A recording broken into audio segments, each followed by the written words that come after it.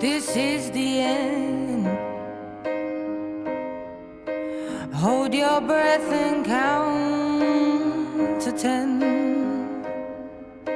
Feel the earth move.